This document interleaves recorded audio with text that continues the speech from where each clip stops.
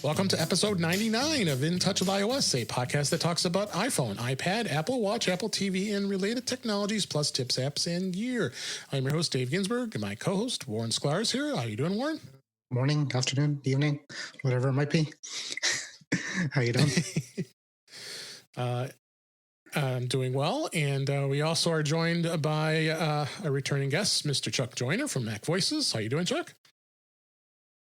I'm doing good, David. Number 99 already? Yes, that's why I was going to kind of say this to you. I've got kind of a two-part celebration of approaching my 100th episode.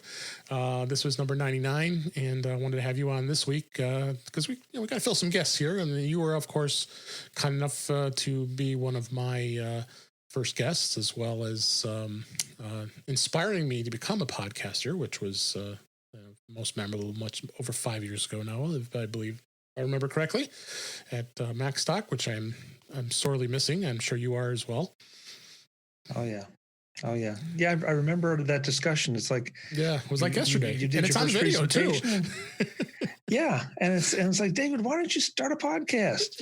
You love this stuff, so why not? And here we are, 99 episodes later. Very cool. Yeah, it's quite a milestone coming up, and this is too. I mean, that's why I wanted to kind of celebrate today, this week, and next week as well, and kind of have some fun with it, and might even play some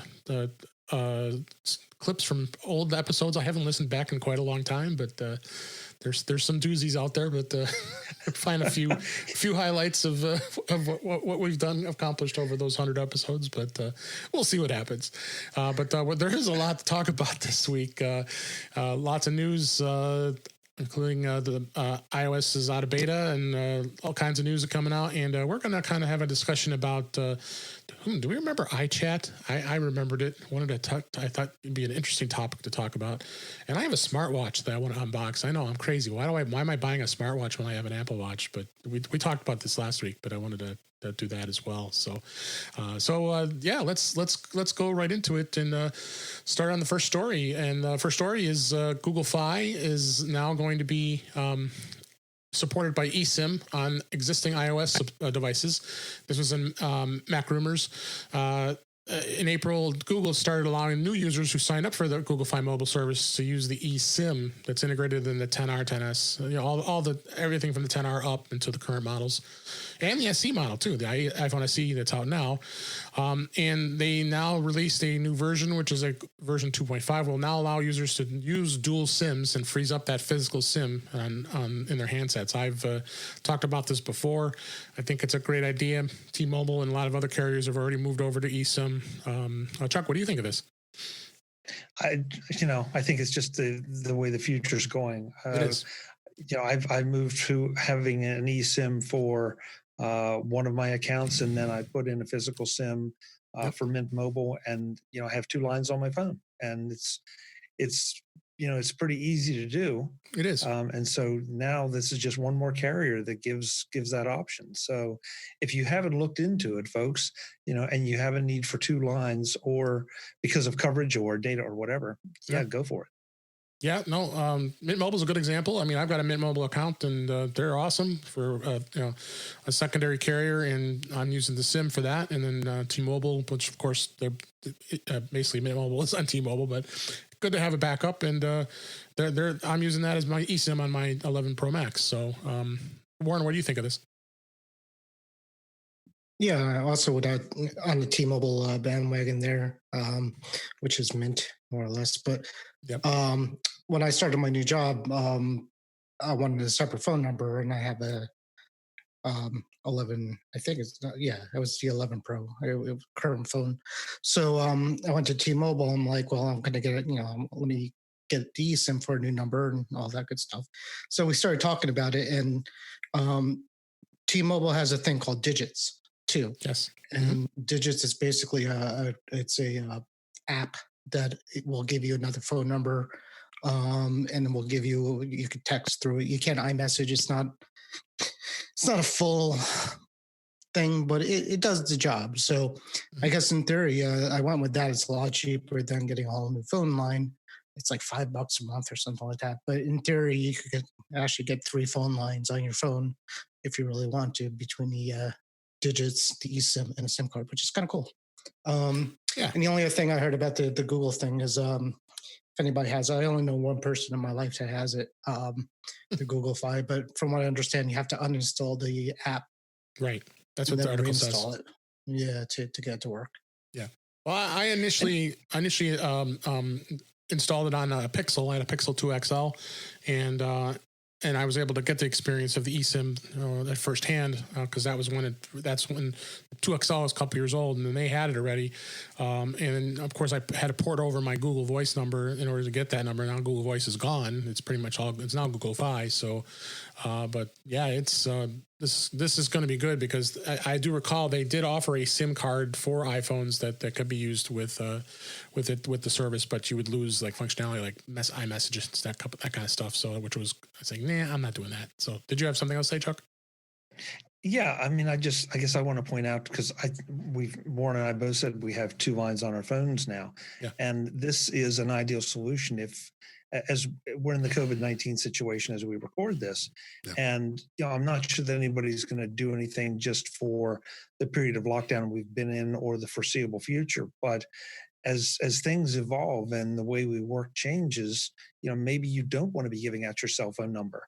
And so all of a sudden having that eSIM capability for a second line, whether the eSIM is your second line or the standard SIM is your second line, you can have 2 on the same phone. And it's immensely convenient. And that way, when the weekend comes, you can turn the business phone off if you want to. So, it's if you're not sure, folks, why would I want to do this? That's kind of a reason that you might want to think about it. Yeah, definitely. That's a good point. And if you have a business line, that's one of the biggest things this is going to solve beyond the fact of being able to travel internationally. And which, of course, none of us are going to be doing much for a while anyway. But you can take have your business line and have a personal line and have it all on one phone. I always see these people that are carrying around 2 and 3 phones. Well, Barry Falk, and carrying. Well, he has more reason as he does Pokemon Go, but people carrying a lot of extra phones with them. Yeah, I know it's crazy, and this is going to solve a lot of those problems for people who don't need to have more than one phone. When I went to T-Mobile and I was about to get the new line on eSIM, they were going to offer me a free phone. And of course, there were Android phones. So I started looking at them and, they're not offering anything major, cheapy Android phones. And I took a look at 1 or 2 of them. I'm like, nah, I'm good. I don't need any of those. Well, actually, it's a shame because free phone, but. Yeah, actually, I can lead into that. That I don't have that as a news story, but they just announced that a few hours ago that T-Mobile is offering a brand new iPhone SE if you trade in a qualifying phone. Something. I don't know what qualifying would be. I didn't go deep because it was too close to when the show started recording here. So, but I mean, they're always enticing that kind of thing. But that's great to see carriers doing that kind of stuff to do that stuff. So anyway, let's go. If I can find it. Yeah, if you find something, we'll go ahead. I'll go to the next story here. And this is on Mac Rumors. Apple does release watchOS 6.2.5 with the ECG app in Saudi Arabia. That's important. But we might have some listeners in Saudi Arabia. I hope so. And there is new Pride watch faces. And so they released this 8th update to the watchOS 6 and it of course runs on all the modern Apple Watches, not Series 1 or Series 0, I should say. And other than that, there wasn't really anything else found as far as any differences. I've got it already installed, and other than the new watch faces, other maybe some bug fixes like they always say. Any thoughts on that, Chuck? Only that I have to wonder, and I haven't researched this, but we're pretty familiar with what in the U.S. what you can say is and is not a medical device and what class of medical device and all. And I have to wonder if there's what kind of restrictions there are for Saudi Arabia as well as every other major market. Or whether there are restrictions regardless of what kind of designation you give it or what you're trying for. So it's because it seems strange that it would take this long to get out. So I have an idea that there was not a technical reason, but probably more of a regulatory reason would be my guess. Could have been, yeah. Just like the API they had that they had to put into the iOS 13.5 because they couldn't use 13.4.5 as the next iteration. So, but the watch didn't have to have that. Same thing with tvOS. Warren, do you have any other comments on the watch update? No, only if you did the beta, you have it already. Sometimes on release day, it changes a bit, but it's the same one. So if you did the beta for it, it's the same version.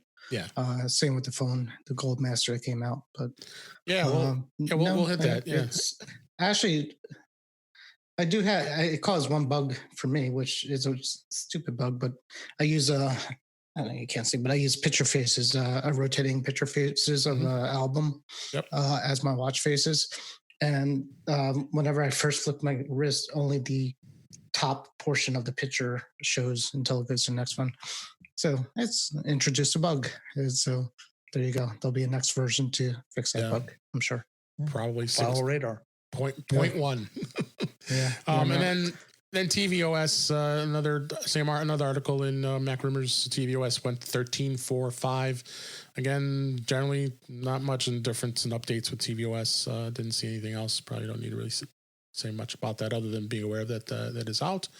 And then there was an article last week about the HomePod, and you know how Mac Rumors can kind of make little big deals out of things. Oh my gosh, HomePods were sold out on the Apple Store online. What are we going to do? And they said no word when it's going to be back online, but you still can order it from Best Buy or B&H Photo. And then an update was no, that seems to be they must be appearing online with a slight shipping delay. Which I'm thinking, are they going to be introducing the smaller version of the HomePod and it'll be less price? Warren, what do you think of that? Yeah, actually, Chuck, we talked about it a couple of days ago, right? Yeah. Okay. You know, the rumors are out there, and I think, I don't know. I'm 50-50 whether Apple would actually do it or not. You know, half of me says they're going to compete with some of the less expensive devices. And then the other half says that's not really their thing, and they want to kind of be a high-end, hi-fi system. If they did it, I think it would do something. It would need to do something else that the HomePod itself doesn't do. Mm-hmm. Like your Sonos Move, is that what it's called? Or Sonos? That's what I have. Yep. Mm-hmm. So that thing actually does more than the HomePod does. It's very portable, but it's a great sounding kind of thing. It's something you could kind of take with you. Yeah. It does have voice integration. It has Siri, right? Or not Siri. It has the A-Lady from Amazon, and it also has Google. And Google. One or the other. So I mean, for a portable speaker could do that. It's not the most easy thing to do if you're sitting in the middle of the beach to get internet connectivity. So they think of respond to you, but so and then Chuck and I were saying maybe they could use them as create some kind of sound system for your TV, put two of them up front for satellites, and use them for that, which would be kind of cool too. Yeah, I don't know, 50-50. That's my thought. What do you think, Chuck? I've had 3 separate conversations about this on this topic in the last couple of days. Yeah, and I'm torn all over the place. I love my HomePods. I mean, I've got a stereo pair, and they sound great, and they're responsive. And if I whisper her name, she will hear me, and she's a room away. Yes. And the microphones are kind of amazing. And I swear, if I have it playing the volume set at 10, and I whisper, I think she hears me. So, and I find it difficult to believe that Apple would be willing to compromise on that experience. Yeah. I don't feel like they're that large. There's definitely a place for a less expensive HomePod. Mm-hmm. The question is, would Apple be willing to compromise on the functionality? Right. And that strikes me as a little strange. If they'd started with a smaller HomePod or maybe a theoretically less capable HomePod, and then brought out the better one, that would have made more sense. But to see them go backwards. But on the other hand, they kind of did that with the iPhone SE. So, there's precedent for it. I don't know. It's going to be another one of those things that when it comes out, look at it and figure out if it's for you or your particular use case. Yeah. No, and I have the stereo pair as well. I mean, the only reason I have the Sonos Move is because of my work anniversary. So, but the Sonos Move does have a lot more capabilities. That's for sure. The app itself, you have so much media that you can add to it, as well as as you mentioned more about taking it out on the beach and stuff. You actually utilize it as a Bluetooth device, because if it doesn't have internet, then Amazon or Google isn't going to work. It has to be on the internet. So, but Right. no, go ahead, Chuck. Yeah. But let me ask you something. Yeah. Internet connectivity aside, I mean, because that could be with any other Bluetooth speaker. Right. We all talk about the features, and I have to wonder now. We're three geeks, okay, and a lot of the audience here is going to be geeks. Yep. But at the end of the day, how many of those features? If you got the set Sonos Move, and sure, you play with it, and you say, oh, it can do this. Okay, I'll make it do that, and you're happy about it. But in 3 months, 6 months, how many of those features are you really using? And so I get a little weird about this, because you have to have the features to sell and to make people want to buy it. But at the end of the day, what is it that I'm really buying, and how many of those features am I actually using after that initial Christmas Day play period? That's funny you say that, actually, because like you guys, I have a nice stereo pair of HomePods in the living room, and I don't use them a lot because between it's in the living room, somebody's watching TV, somebody's doing something else. So I just wear earphones most of the time anyways. But when somebody wants to play music, I also have an A lady sitting next to it. I also have a Google thing too, so I have them all. But my wife is so trained to say the A lady, play music, and that's that's what she does.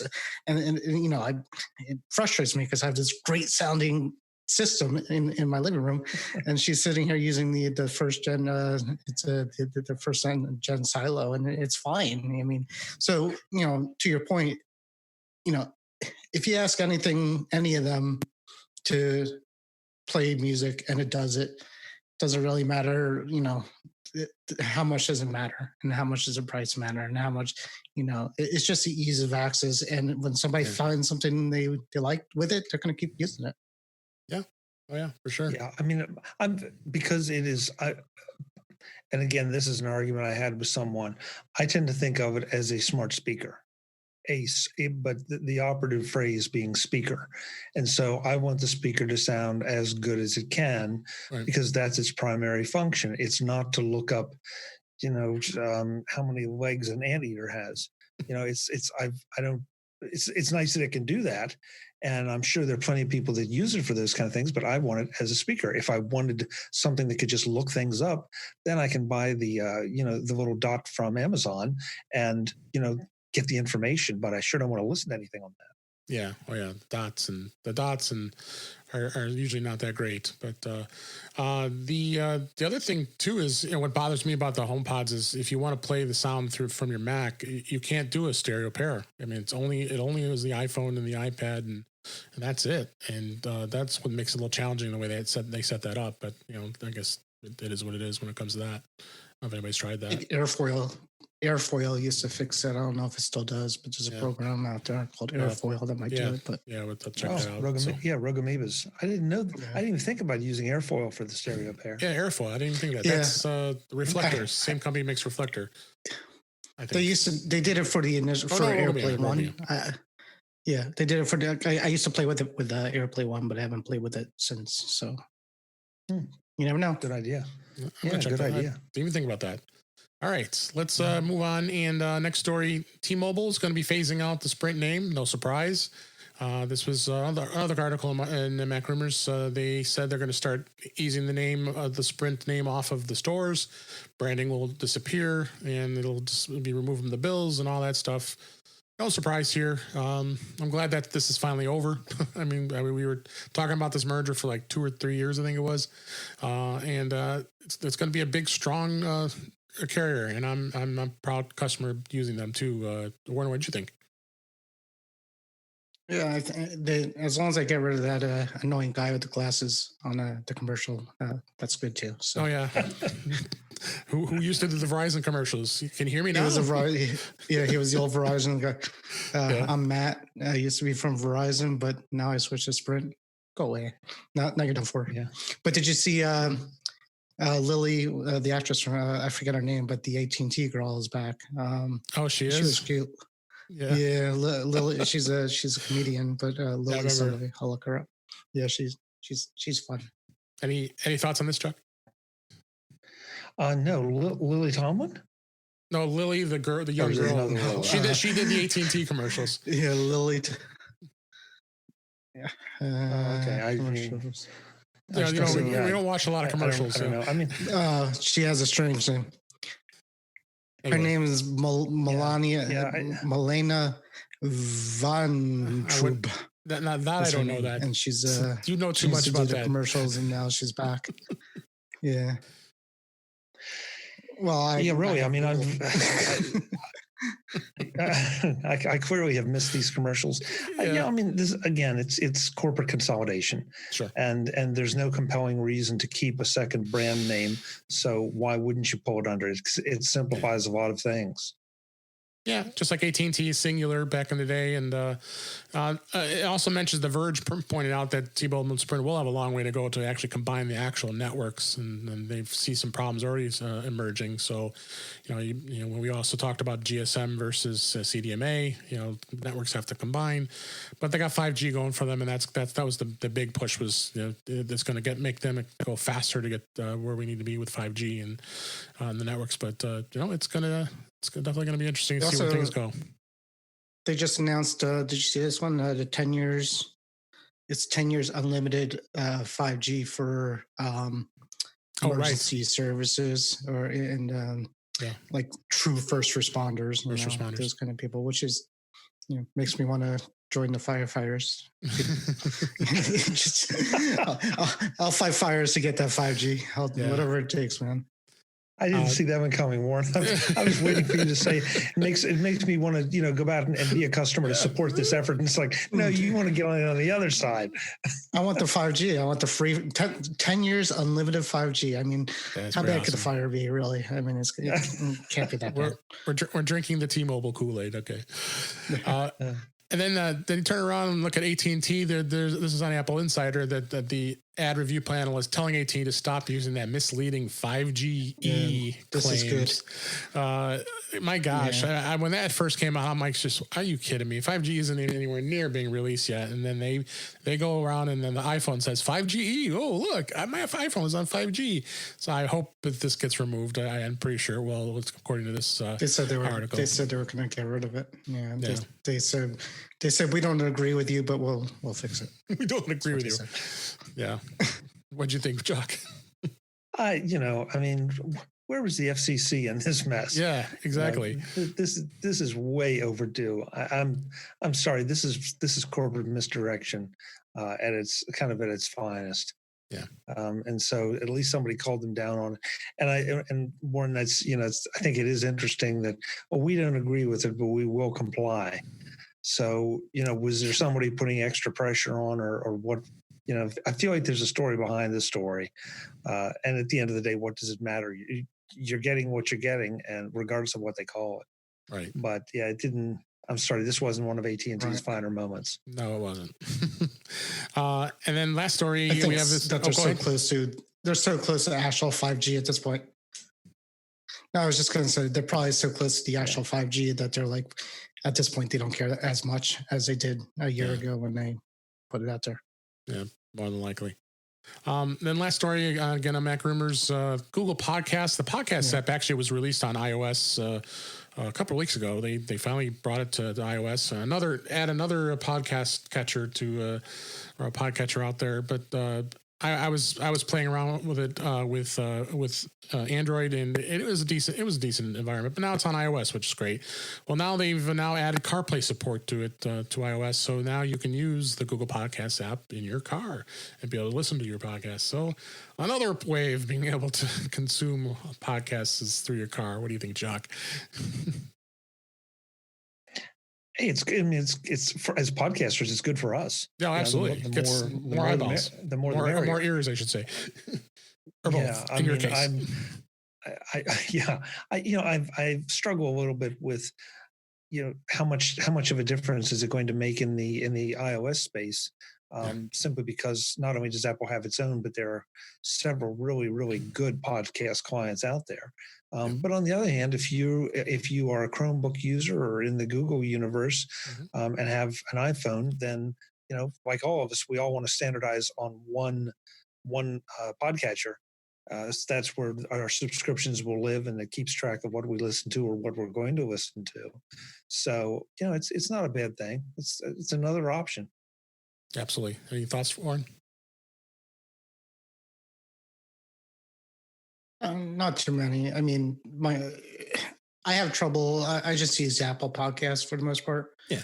But sometimes I do want to have at least one program out there that syncs across everything, because I know the A lady will do podcasts too, and I'm scared to ask her to play a podcast of mine because I'm sure she doesn't know what podcast I listen to. So there's got to be, maybe you guys know, but there's got to be one podcast app out there that will sync across everything, so it knows your playlist. Actually, there is. I haven't found one yet. Have you looked at Pocket Casts? No, does it work on the A lady?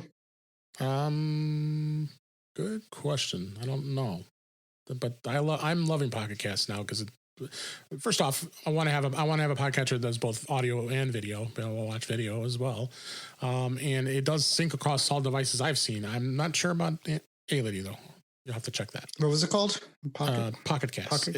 They have a free version, then you have a paid version, like a yearly fee, but it's worth it. So, I mean, Chuck, have you use Pocket Cast for, I assume? No, I use Overcast.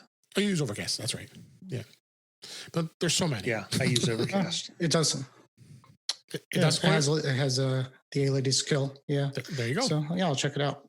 So basically, if I ask the S person and the A person and the G person and the H person and the R person, they'll all know about what pocket that I just listen to Mac voices 24/7, and we'll just kind of know that about me, which is good. I'll check it out. That's right. All right. That's the news for this week that we went through.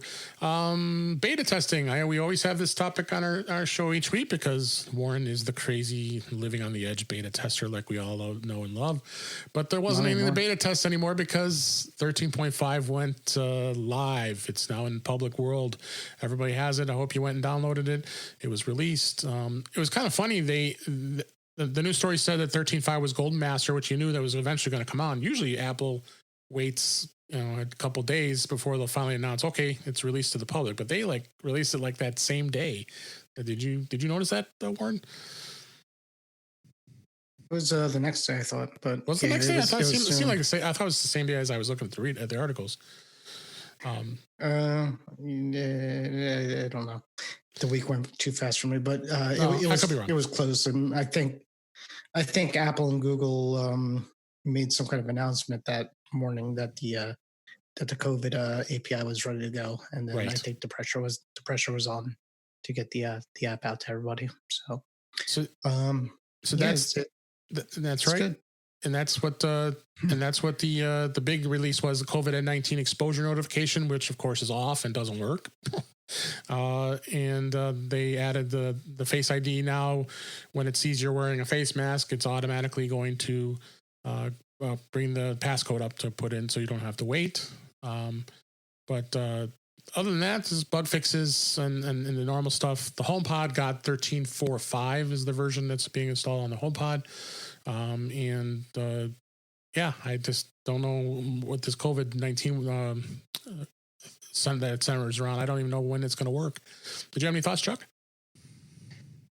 No, other than just, I mean, I applaud Apple and Google for what they're trying to do.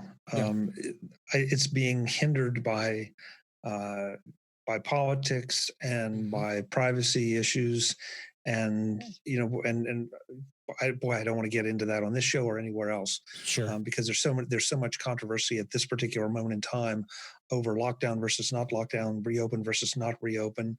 But at the end of the day, I guess I'm taking a longer view on this, whether it's COVID or not. This kind of contact tracing would be a good thing if we, for the next one.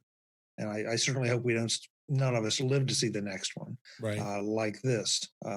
But it's the reality of the world today, with as connected as we are or were, and I think we will be again, and how much we all travel, and the potential spread of things. So when will it be turned on? When will it be turned on? And I know there's been a lot of naysayers. I've heard a lot of discussions about, well, but it means everybody has to have an iPhone or something compatible with the system. Right. Yeah, there's going to be no perfect thing. There's just no question about that. But anything that helps us get past this a little bit faster, easier, and saves a few lives or makes you feel safer, I think is a really, really good thing, as long as, and see, here I go, even I'm qualifying it, as long as it doesn't cross too many privacy boundaries. Yeah. Yeah, that was the big hang up, is the privacy stuff. And we'll see how it goes. Right now it is off. There is nothing that is functional in the United States that it can be used with at the moment. But that's going to be coming sooner than later when it comes to that. Any other thoughts, Warren, before we move on from beta? Because since it's your favorite topic. The only thing with the tracing is maybe it's just me, but I haven't seen any like huge mainstream media info about the API or this whole thing. So we know about it because we read up on this stuff. And then, I got, a couple people on Facebook saying, hey, heck no, I'm not installing this because they're misinformed. I saw some posts. Yeah, but, I haven't, it came out yesterday and, nightly news guys didn't tell me, they didn't mention any of it, which I find kind of surprising. I mean, I've heard it in a few bits here and there on mainstream media, but not a lot. And I think that's not a good thing. I think, if Apple was smart and if Google was smart, and they are, there would be some kind of big news story saying, listen, this is out. You should update it. This is how it works. You could turn it off if you really don't like it, but leaving it on is going to help beat this thing. And I haven't seen that yet. Maybe you guys have, but I haven't. Nope, I haven't seen it. I'm happy to show my pessimism. It doesn't scare anybody, so therefore you're not going to see it on the evening news. Yeah, that's true. And that nightly news guy does like to scare me every night for some reason. Yeah, if it doesn't bleed, it doesn't lead. So. Yeah, that's well said. Well said. Maybe on the Today Show, they're more happy. They do the happy stories kind of thing. So I think like Ryan Seacrest looked exhausted on American Idol. They had to make a big deal out of that. Yeah. So. Yeah, that's he looked like he had a stroke. Yeah. What's wrong with him? But Savannah Guthrie should be telling us about the content tracing app and how it's all good. Don't worry about it. Nobody's watching you. Yes. All right. Let's not go on that hole. I thought I was cynical. Holy cow! No. I love it. I turned mine on in beta. I tried. Yeah, beta 1. All right, let's go ahead and move on to a new topic here before we go and get any more trouble. With everything going on with people using Zoom, like we're using Zoom to record this podcast, and Google Meet and all the conferencing that's going on, Microsoft Teams. There's so many conferencing packages that's out there right now. And I was going through some files I had sitting on my machine, and sure enough, I found my owner's manual for Mac OS X Leopard from 2007. And who doesn't forget about iChat? Now, iChat was a great program for its time, and I really thought that Apple was really at the forefront for all of these services that we talked about, which is video conferencing, messaging, doing presentations, which you could do in iChat, and this is going back 13 years, and that was the same year that the first iPhone came out, which of course the iPhone didn't do anything back in those days, and you could do video backdrops, iChat Theater for the presentations, screen sharing, and I'm assuming you guys used iChat pretty extensively back in those days, right? Oh, sure. It was kind of it was ahead of its time. It really was. That's why I wanted to have a discussion about this. Just Apple really had a lot of this stuff going, but then what did they do? They broke it all up. Now you have FaceTime, now you have messages. Everything is in multiple different applications, and it's kind of sad because I liked the fact that you had a one-stop shop for everything that you could do, and I know they've done that. They split up iTunes and they did that, but with the advent of with Zoom and everything else that's been being used, this was a great application to use back in those days. What do you think, Warren? Yeah, Warren, go ahead. I'm sure you guys have more memory of it too. The only thing I kind of remember doing with it is adding my AOL account to it. That's right. Through that. So that's the only thing I kind of remember. But other than that, I don't think I had that many people that even had Macs around then. So yeah, it was actually before my time, okay. more or less. All right. With that. Then we'll let Chuck give his view on it. I think he just called us old, David. I'm not sure. He did. We're not much older. I didn't. Yeah, experienced. Experienced. That's a better word. Yeah, it was limited, of course, to Mac users, and therefore, the pool was a little bit shallow, and even that, a lot of people weren't. They weren't comfortable with video, and they weren't comfortable with some of this. Being online was it was pretty well entrenched at that point, but using it in that fashion was just something radical. And it's not the first time Apple has kind of been way out ahead of the game, and then things developed a little bit differently. Think about it. Messages almost had to break off because of texting. Yeah. And and chat, it only made sense to have chat go online, and so I understand why they did it, and why they broke it up. But it'd be nice if they would bring it back. But then again, that's just one more thing, and you have to serve a lot of masters. With FaceTime now, I'm going to FaceTime you, and that's it. And the handoffs between I think all of them are, especially with the iPhone, are pretty easy. So, but I remember using iChat a lot for different things. Yeah, but again, it was kind of limited because not everybody had an iOS device or a Mac, an Apple device. Put it that way. True. But just more so, I think what really intrigued me to discuss this topic is the fact that, like I said, the Apple was way ahead of its time, during that period, not having all of these services in one place, because never thought of doing video conferencing back in those days was still pretty new. You had things like I don't know if GoToMeeting was around at that point, but and other services, Zoom is definitely not around yet, but because it's so hot right now, and just realizing, Apple really was quite innovative with this, and at least we have the tools now that they're not like the way they used to be. But I think even with messages, you can share your screens and all that kind of stuff. So they did incorporate a lot of those tools later in these current apps, right? Oh, and I guess from where I sit, this feels like it's another example of Apple. It would have been great if that could have been widely accepted and adopted. But, Apple users were ahead of the game. We were ready for a lot of the stuff that we're using now.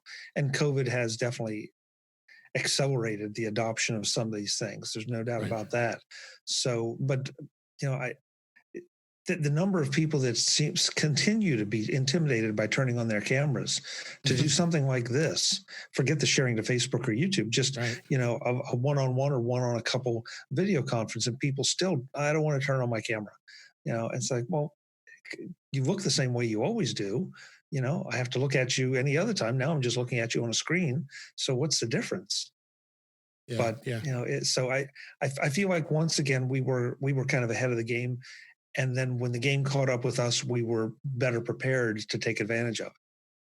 Yeah. That's. I think that's well said to say where we are today. I'm happy with the apps. I mean, for the most part, FaceTime. I mean, I think FaceTime they just updated, so the boxes are not all over the place. That drives me crazy. I mean, multiple user FaceTime call and they're moving all over the place, and you could talk about other services, but I won't bring up any sort of subjects for you, Chuck. Microsoft Thank Teams. you, Dave. But yeah, them app updating services. But I mean, Zoom has become the de facto service now, and it really has. I mean, it's amazing what it can do, and having the ability to have 25 people on one screen and being able to have a nice, clean conversation with most of those people, and albeit sometimes it can be a little out of control if you have the mics open and everybody talking at once. But it really, like I said, with this quarantine, this really has brought a lot of people to open their eyes and realizing how virtual meetings can really do good things. No question. And that's why I think it's going to become a lot more common. I don't think that you're going to suddenly see virtual meetings go away whenever we all go back to business as usual, whatever that will mean. Yeah. Because I mean, if I have a meeting that I have to drive 2 hours for a 20-minute meeting and then have to drive 2 hours back, gee, that's a lot of wasted time. Now I can make some of it up if I'm on the phone or by, listening to something or turning that driving time into productivity. Yeah. But if I can just sit at the desk, click a button, and you and I do our discussion for 20 minutes, and then, okay, good to see you. We got it done. Talk to you next time, and move on to the next one. I mean, why wouldn't you do more of that as we all get more comfortable being, or the novices get more comfortable with this kind of interaction? Yeah. We're going to see probably in a few months or later, there's going to be a whole discussion on work-life balance because of this. And there's going to be a whole, a whole debate whether this was good or this is good because, I was talking just to my neighbor today who's working from home, and he was out there working on his driveway during business hours, but there's no business hours anymore. So, he's like, I get a lot, he does IT too. He's like, I guess some things at night I could do. So, the work-life balance, people like the 9 to 5 because it was 9 to 5. And the theory is you come home and you don't work and you spend time doing other things. So this is going to blur that a lot. And, it could be a good thing and it could be a bad thing. I personally like it. I think it's great to not have to drive. It's great to be able to use technology and save. My wife who works got a new job in Chicago, but she's working here. But her last job, they would fly her out to London from Philadelphia, literally to meet like 2 people, and then fly back. And she would spend 10 times more traveling than being there. And, I would say to her, that doesn't make sense. We have phones, I don't even understand. And she'll be like, you don't understand. I mean, this is how they do it. And, they're clients and you got to meet in person and blah, blah, blah. So, those people can have a big change to go that way because that's how they feel. They feel like, you can't get the work done like this. You have to go in person. But again, people, if this is 24/7, and, we could work at 8:00 at night just by walking into another room, family might suffer. It could have negative effects. So we got to keep an eye on it. Yeah. Yeah, and this is probably going to be my worst analogy of the evening, but I was having this discussion actually this afternoon on a business call. There are some aspects of business that you really need to be face-to-face. There's no question about it. And it's, to me, it's sort of like, going to one of the oil change places that they just do oil changes and maybe just a little more, as opposed to going to a full-blown dealership where you can get your oil changed, your tires rotated, and 27 other services. There's some things you really need to go to the dealership for, but there's some things that you really don't have to go to the dealership for. And that's where I think that the video conferencing is going to shine. So to your point, Warren, I think there's great value in spending the time to travel, to shake hands and sit down with somebody, maybe eat dinner, and discuss a deal, or go through a day or two of a deal. But there are a lot of more routine, mundane meetings that take place that really just could be done just as easily by Zoom, Skype, Teams. God help me. That we like our teams. Come on. Or Blue Jeans. I can't think of what's the Adobe one. Is it Adobe Connect? Do I have that right? Gosh, what's the name of it? Yeah, I think I know what I'm talking about. There's a Cisco WebEx. That's another one. Yeah, Cisco WebEx, GoToMeeting. I mean, that's it. There's so many out there that somebody's going to find the one that works for them best. Right. So we're going to have to all become fluent in all of these. But these businesses are going to have to figure out which is appropriate for what. And in person, I think I don't do corporate anymore for the most part, but I remember them. And corporate meetings, are horrible. They're yeah. It's always the same thing. People, and then nobody agrees, and then people aren't paying attention. So it's hard enough when you're looking at each other. It's stuck in the same room together. We'll see how hard it is when I could literally. What were the kids doing? Kids are getting smart. They're getting cutouts of themselves and putting them in front of the thing, so they look like they're. My favorite one was somebody posted that they changed their name in Zoom to be Connecting, and made a blank screen on there. That's my favorite. Great. So, yeah, I want to hire that kid. I want to hire that kid. That kid was brilliant. That's a good one. He got credit for being at the class, from what I understand. Mm-hmm. So. Or the folks that have videotaped themselves, just moving around and looking and paying attention, and then not paying attention for a minute, and then just put it on a loop to to look like you're as long as somebody calls on you, you got it made. Yeah, and if Dennis Hopper is watching you, it looks like you're still driving the bus. Yeah, that's a Speed reference. If you don't remember that one, all right, just making sure.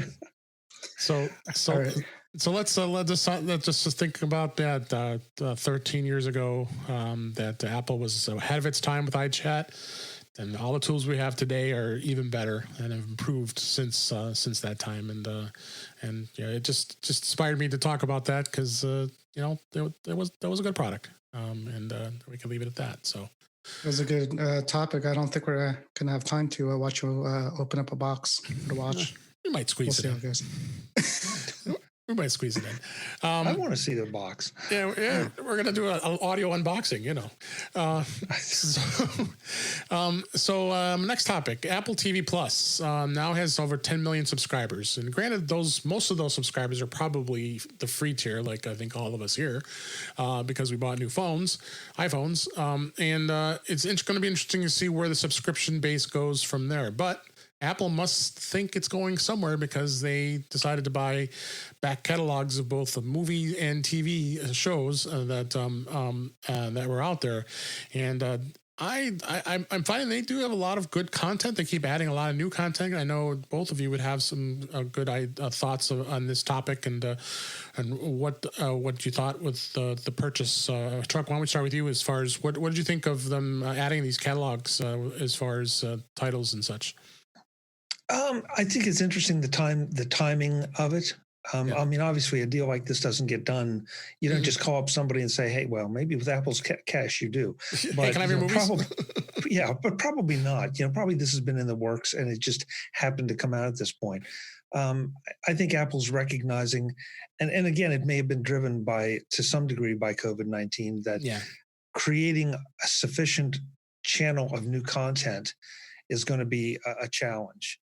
just because of the time involved.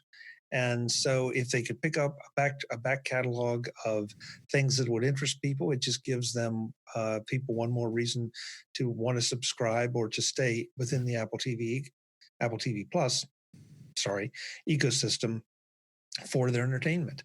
I think it's still going to be tough to compete against something like Netflix or some of the others, but hey, they got to start somewhere. Yeah. And so why not?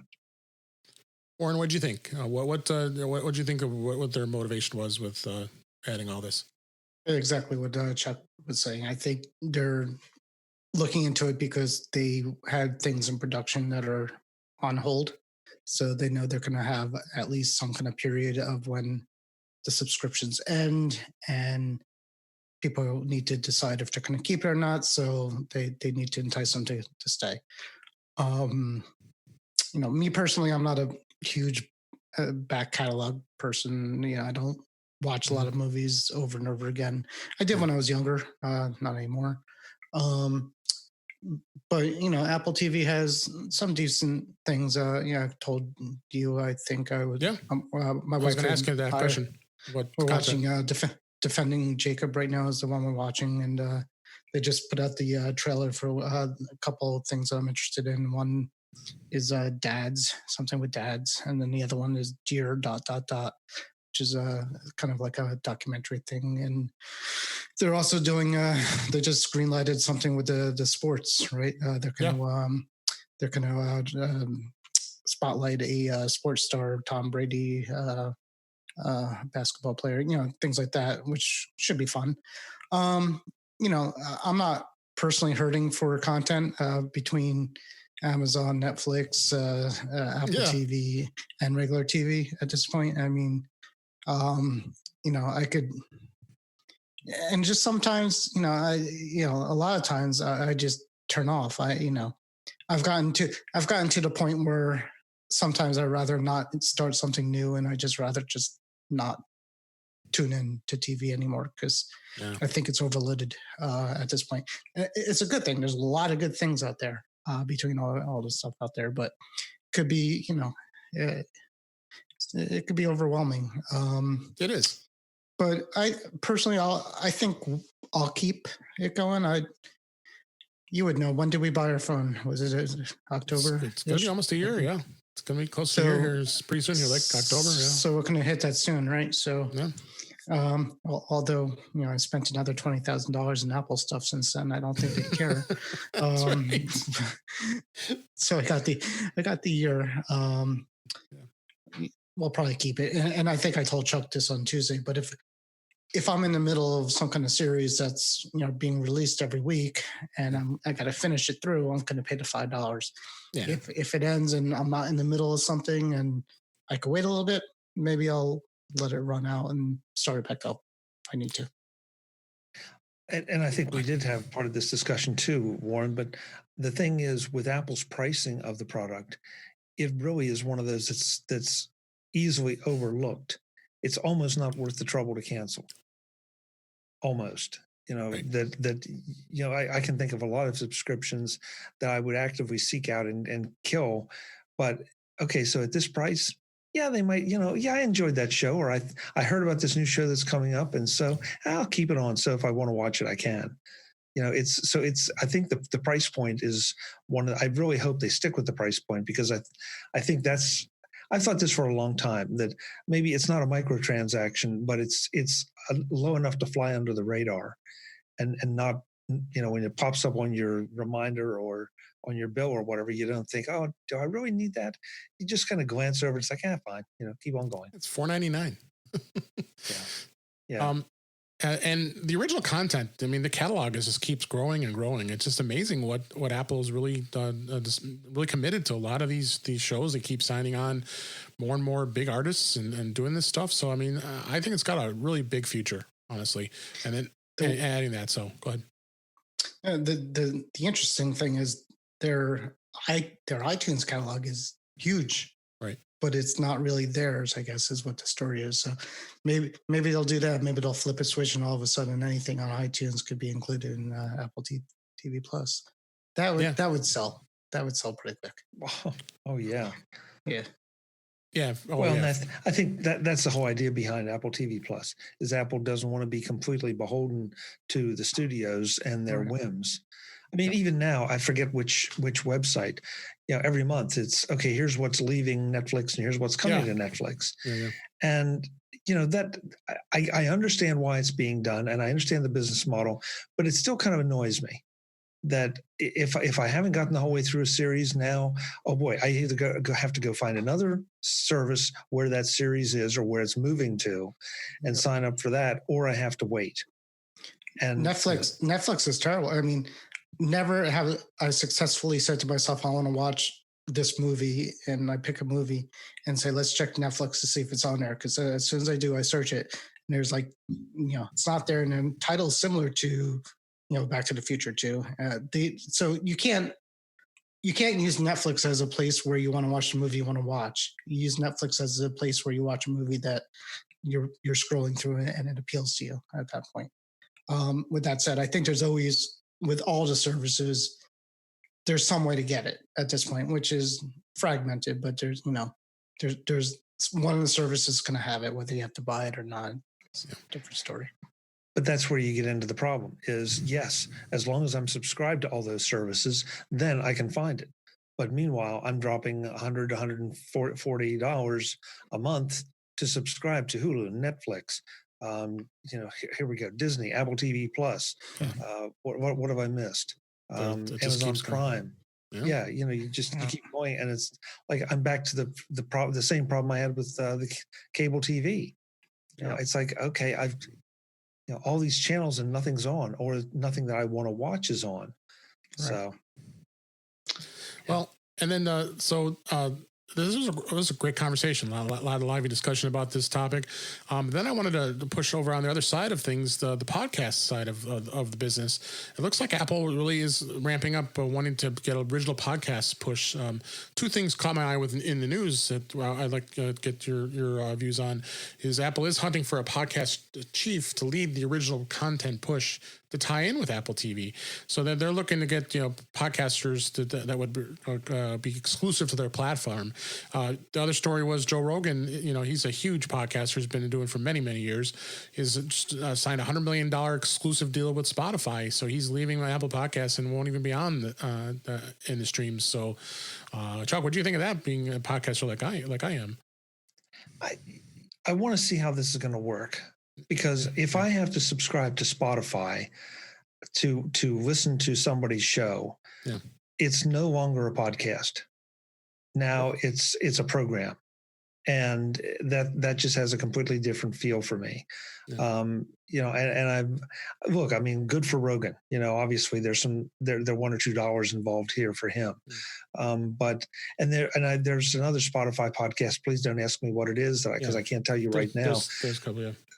But there's several over there, and it's like, okay, great, and the same thing with Apple. But if it's a podcast, it's not, it's a show. It's no longer a podcast. And maybe I'm being a little, too old school on that. But it's start thinking of these people as independent content creators. Because if it's a podcast, it's out there, it's open, it's free. You can subscribe to it in any podcatcher or whatever. If you're going to put it behind a paywall of some kind, then it's a little something different. I don't know what you call it, but call it content, call it a show, call it something. But it just doesn't feel quite right to me. Well, what do you think, Warren? Oh, nothing. Just if you end up selling this our podcast to Spotify 70-30, is that good? That's right. I'll take the 30. I'm lucky if I get 1%. Come on. Yeah. I have no thoughts. I never listened to Joe Rogan, so it doesn't bother me at all. So. I actually hadn't either. So, I mean, I know he's very popular. But so it's going to be interesting to see where that goes. I mean, the other thing, as you look through this article and relates to what Apple's looking for as far as the original podcasts, they're really looking to ramp it up into molding it into Apple TV. So to try to try to stave off the competition like what Spotify's doing with that. I mean, podcasts are really changing. I mean, it's a lot different than Chuck when you started with this, and now. I mean, I think it's. I'm excited for it. I mean, I think there's so many different platforms that we can put our talents on, and I think it just, if you're in this now, you could just keep going and make this is going to get bigger. I agree with you, David. I think it's going to get bigger, but I also think it's going to become more fragmented because it's already so fragmented. And we face more and more, we as podcasters face more and more competition for eyeballs and ears. Right. And so, the whole idea, I mean, somebody like Joe Rogan or some of the other big podcasters, they have a much broader appeal. We pick a niche topic or topics, or, True. We focus on things, and there's nothing wrong with that. I mean, frankly, I have no interest in doing a big, broad show every week or every couple of days or whatever. Cause then it starts to feel like work. This is more enjoyable. And yet I still think we deliver a lot of good value for what we do. So, yeah. And I would love to see podcasts, if you will, on Apple TV. And even if Apple pays people to produce them. Yeah. Again, I don't think they're podcasts anymore. I think now they're produced content for a channel. But at the end of the day, you're right. As a content creator, call us whatever you want, but we have a lot of options. Yeah, absolutely. That can be a much longer topic that we're talking about. And so with time getting close, Warren, you were right. We're going to have to move the smartwatch unboxing to next episode. It's an $18 smartwatch. It's an $18 smartwatch. So it's sitting in my drawer now. So it can wait. I did want to hit this one topic, and I do have an app to talk about as well. WWDC is coming on June 22nd, and we had a bit of a debate with our friend Guy Searle over on the Mac to the Future Go podcast yesterday. He's watching. I know he is watching right now, so I want to make sure that he hears this. That we've had a debate. The iPhone 12, which we assume that's what it's going to be called, that's going to come out probably September, October, like generally it happens every year, and iOS 14. I mean, iOS 14, of course, is going to start developing as soon as the conference kicks off. At a month from now, is going to be released this year. He seems to think that it's going to happen next year. And Warren, you can go ahead and tell me what our thoughts are, because you and I both agreed he's out of his mind, but go ahead and tell him what you think. I don't know when the iPhone 12 is going to be out. I mean, normally comes out in October. Right. Ish. So, I mean, could it be delayed a few months? Yeah, it's not going to be a year. I get what he's saying. So, his point is if they release iOS 14, if they start the beta process next month, and they're not going to want to actually release the final product before the phone is close to being out, because it seems like that would deter people from, I don't know. I get there's a reason to it.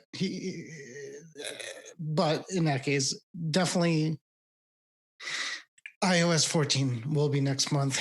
The first beta will be unveiled. 100%. WWDC is going to at least talk about it. And then that day after Tim's keynote, there'll be links to developers to download the first versions of all this stuff, like the year before and the year before and like the year before. Yeah. If not, they would have canceled WWDC, because that's what it is. I mean, that's the point of it. Chuck was, we were talking a little bit before, and he did make me think a little bit, because it's not a week. There's no start and end date of this conference either. So could go on for a month, who knows? And they could, talk about it early on, and then maybe a month later at the end of it, now you could all have it, because, it's been a month and there's more time has gone by. That's possible. But I think the phone will be a few months late, probably, and the iOS and the macOS will be on schedule.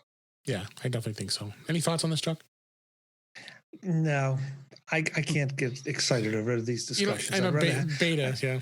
or Well, rumors too. Yeah, I mean, I'd rather have Guy come on and talk about what microphone he's shouting into right now. Oh, please no. Please no. But He already complained last night his microphone sounded horrible because he was using condenser mic up here, and that sounded horrible. Go back to a dynamic. Yeah, He just commented. We love Guy. This stuff is going to come out when it comes out, and my thing always is, I just don't want Apple to rush it, because anytime anybody rushes anything in the tech world, things go really, really wrong. So if it comes out in 2020, great. If it comes out in 2021, great. Just let it come out stable and solid. And, I think definitely we'll see features of the next version of iOS at DubDub. Whether we will actually see it announced or when it's going to come out, none of us know what's going to happen between now and 6 months from now with the global health situation, how much we're all going to be allowed to get out and get back to work or continue back to work, whether we're going to see any spikes and, all of that. So I think there are a lot of moving parts here. And I just, when it comes, I want it to be stable. That's the only thing I have to say. Agree. All right. And going a little over, but that's okay. We're having a great time talking to Chuck here and to Warren. I have one app I wanted to bring up. This is an app called Music Smart. And this app, I found intriguing. I actually found this originally. It was talked about on macstories.net. What this app can do is it gives in-depth info about your music. So when you open up this app, it actually links to the database to Apple Music. And then it sees all your playlists. So I'm scrolling through my playlists right now, and I got quite a bit of them as I'm looking through here. And then you pick a song, and if there's any particular song that it's looks for details on, it's going to give you information like the artist and beyond the artist. It's like who was the publisher? It's insane how much detail there is about some of this music, and I found it to be very interesting as far as providing that, because people may want to know something about a particular song that actually is going to give things like trivia and credits and discover samples and finding out more about the artist beyond what you actually see. I thought this was a real interesting app, and it's only $1.99, which isn't too terribly expensive. It already it's in the top 20 for apps out on the App Store. So check it out. I'll have a link in the show notes. Is this anything that interests you, Chuck, at all? Music?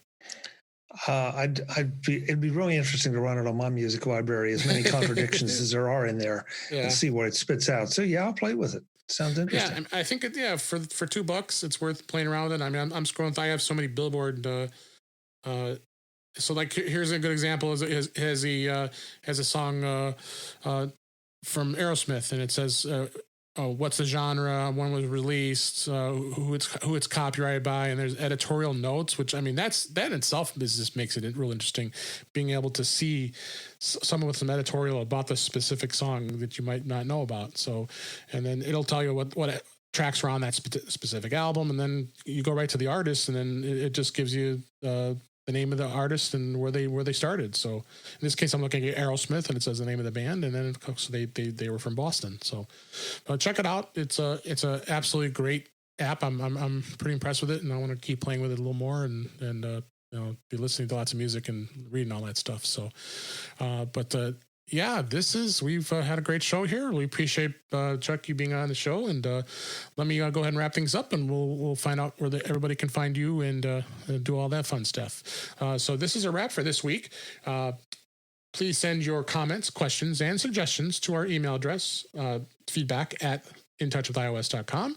You can find us on Twitter @intouchwithios, and you can subscribe in your favorite podcatcher, including Apple Podcasts and many others. But better yet, go to our website, intouchwithios.com, where all the links for all the ways to listen to us are there. And I am Dave Ginsburg, and you can find me on Twitter @DaveG65. Chuck, again, thanks for being here. Thanks for helping us celebrate the almost 100 episodes since I've done this. Again, you really inspired me to do this, and can't believe it. 100 episodes is just upon the horizon here, and I probably wouldn't be here if it wasn't for your inspiration. So I really appreciate that. I'm glad you're thanking me and not threatening me. Thank you, David. I'm not, because I'm loving doing this. So That's good. Well, thanks for having me. It's always a blast. I really appreciate it. I really enjoy you being on the show. And then go ahead and let everybody know how they can get a hold of you. Yeah, the best way is visit me over at macvoices.com. That's where we're talking to a lot of interesting Apple and technology people about a lot of interesting things. Yeah. And the best way to contact me is probably on Twitter as @ChuckJoyner. All right, great. And Warren, you don't like telling people how to find you, but you got to tell them anyway. I don't. You can't make me.